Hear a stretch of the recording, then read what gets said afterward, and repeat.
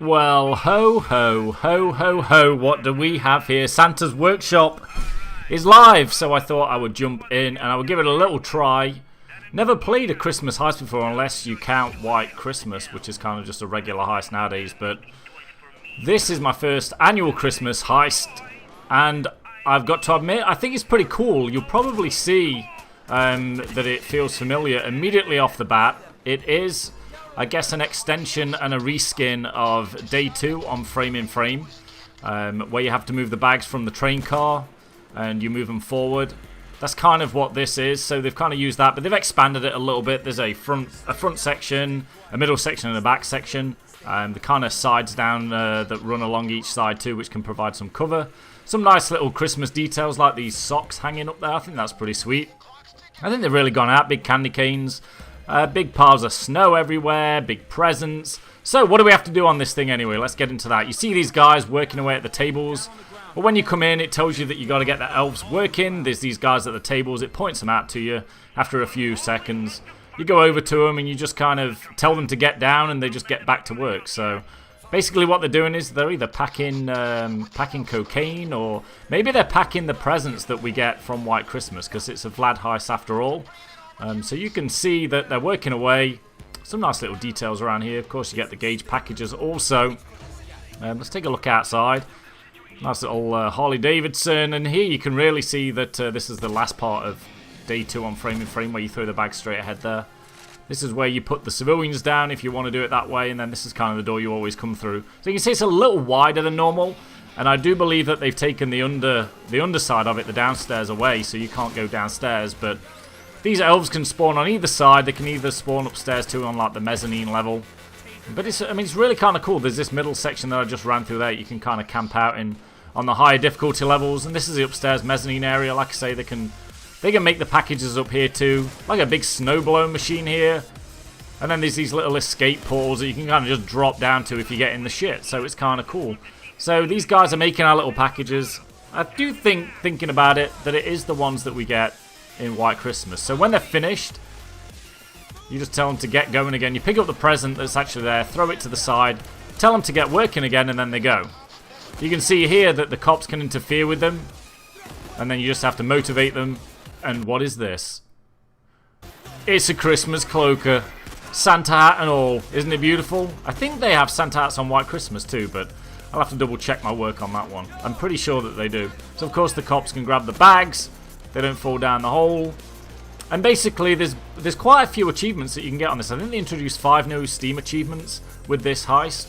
Obviously there's the regular do it on Death Wish difficulty, which will get you 1. I do believe I saw an achievement for cooking 30 bags or something like that. Or not cooking 30 bags, what am I thinking of? You know what I'm thinking of. Just making the elves make 30 bags. So that's going to be an interesting one. I don't think you have to do that on Death Wish though. So the idea is that these guys make up these presents. You, like I said, you take them from them and then you get them back to work. They make another one. And then there's a part at the end of the map where you throw them into when a helicopter comes by or a plane comes by and picks them up. And then, of course, the regular escape man will come and you just jump into the little escape area. So it does seem like it's one hell of a time wait until the van comes. I mean, we're 4 minutes in, and I'm not entirely sure how many bags that we've got at this point, but you can see that we start to stash them down at the bottom there. There is also a drop-off point at the front, so it can either spawn at the front or the back. As can the exit. When you want to escape, you can escape either at the front or the back, depending on which one it spawns into. But it does get a little hectic. Out in the back, where I'm facing there, snipers are obviously an issue. Snipers out front too. This was probably was this the first time I tried this on Overkill? I think it was. I played it twice. I played it once on very hard because it showed up on CrimeNet. That was actually not very hard at all. It was pretty easy. So I asked the lobby if they wanted to jump into an Overkill. They said yes. I obliged, and then we jumped in. So it got a little bit more difficult. I could tell that it's going to be very difficult on Death Wish. Probably one of those that you have to kind of camp out in a little area. Probably one of those that you need to kind of stick together. Probably one of those that you're going to go down a lot. So going to make a run for my buddy over on the other end here. You can see this is where It's really opened up. Snipers are going to be everywhere around here. Sniper took him down. And this is where you throw the bags in at the end here. So this will also double as an escape here too, if that's where it spawns. We actually get the escape spawn at the front of the building, which is A-OK. It feels like that there's more sniper-ness at the back here than there is at the front. Although we did get a turret out front, I do believe. So you can see it gets a little hectic. Everyone and their mother starts spawning in. But luckily we're only on Overkill, so it's not that much of a stress. But this is pretty cool. There is only 3 or 4 elves working at a time. And here we go. We'll take this present. We'll tell him to get back to work. It would have been nice if, when we give him a demand to get back to work, that we told him to get back to work. Because what it is we just tell him to get down. Which I guess isn't too bad. It would have been a nice little touch if we said, get back to work, elf, or something. I don't know. That would be pretty funny. And there we go. End of a wave. Now he's telling us he's going to be here in a minute to come and pick everything up. But as you can see, there's quite a good level of detail on here. I think so, at least. So we'll take this one. We'll tell him to get down. He gets back to work. Now, I initially thought that this is going to be big, big money. But it turns out that it's not like Cook-Off, where you can get a ton of XP from it. You can see when I put this in. That on Overkill... Oh, it's not even going to tell me. Oh, it told me when he picks it up. I think it's like 214,000 for a bag or a present on Overkill. So on Deathwish, it's probably going to be double that. It's probably going to be 400, 420 on or something. So we get these guys working again. Our team does have a little bit of trouble, I'm not going to lie. I think towards the end, everyone goes down. I'm the last man standing. And I asked my teammate whether he wants to get out of here because I just wanted to complete it, see what kind of XP was going on. Here we go. So yeah, 215, 145. Not sure the significance of that number. It's a little odd. As far as builds go for this, I think you're pretty much good with any kind of build, to be honest. I'm rocking some kind of heavy armor tank build on this with a grenade launcher and a shotgun. There's a guy on here running a dodge build. But of course, if a dodge build will work, then of course a grinder build and even a new ex-president's build will work, so that's kind of cool. I'm not entirely sure which one will work best for which difficulty right now, but I think heavy armor is always good for Deathwish, which is kind of cool. So now, I assume that this is one of those endless ones like Cook-Off, where these guys will just keep on going. You just have to keep waiting for the intervals of when the guy's going to come back and pick you up. So there could be some serious big XP going on here. And like I said, there is an achievement for something about wait 30 minutes or cook 30 or get 30 presents or something like that. So escape is available right now. But we'll just keep these guys going on the presents. Why the hell not? Who doesn't need XP when you're ranking up from resetting your stats? This guy certainly does. Which I went Infamy today, by the way. Infamy, I believe I'm Infamy 6 now, which is kind of nice.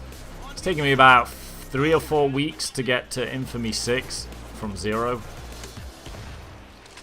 It's a bit of a grind, but at least now, the biggest thing that I've come across is that I don't need that 200 million anymore, and that was kind of the sticking point with ranking up. That was kind of a bastard, so. Back to the game, at least. So, one other thing you'll notice about this heist, because there's a lot of walls, there's a lot of things that have been placed down, you can hide behind the elves. There's a hell of a lot of spots where you can just duck for cover, which is kind of good. But then there's also, that being said, there's a ton of times where you'll be sitting there and for the life of you, you won't be able to see who the hell is shooting at you. But I guess you shouldn't sit in one space for too long. That's always an error, to be honest. But I'm loving this GL40 now. Actually works very well with a grinder build. I do like the GL40 with the incendiary rounds with a grinder build, because you can really just... It's like having a chamber full of Molotovs that you can just keep reloading and throwing out there. So maybe something I will try when I do this on Deathwish. We actually had an AFK player right now, Pancake of Destiny. It was a little... He was away from his keyboard at this point in time, so I think he goes down a couple of times based on that. Not such a big deal, though. There seems to be one hell of a lot of shields and a hell of a lot of tasers on this. Not as many cloakers, Christmas cloakers should I say, not as many Christmas cloakers as I thought there may be. So we do actually miss this first guy coming to pick us up. But it does get a little hectic. Of course the waves come and go. I'm not sure if the captain spawns on this or not. I would assume that he does because there's a big enough area out front. He definitely won't spawn out back. That's for damn sure. Here we go. Shit's starting to get real now. I'm only running a, like I said, I'm running a tank build, but I'm only like a level 65, so I don't have Inspire or I don't have any kind of bulletproof or shockproof or whatever. I didn't go up any other tree other than Enforcer, really. It's kind of where all my points are spent right now. But I will be going up the... I've been liking the Inspire section of the Mastermind build, or the Mastermind tree, to go with the tank build. I think it's kind of nice to have Inspire on a tank build, not just have Inspire on a dodge build. So just a quick update on what kind of thing I'm running. You can see there is a top layer to this, but yeah, I don't believe you can get up there. I don't believe there's a ladder that gets up there. And these guys are rocking some nice Christmas pants, that's for damn sure. They seem to be happy to be working. They don't seem to be too concerned with all the gunfire around them. I think that's pretty funny. I did try shooting one of them. You can't kill them like you can kill Vlad's men on Aftershock.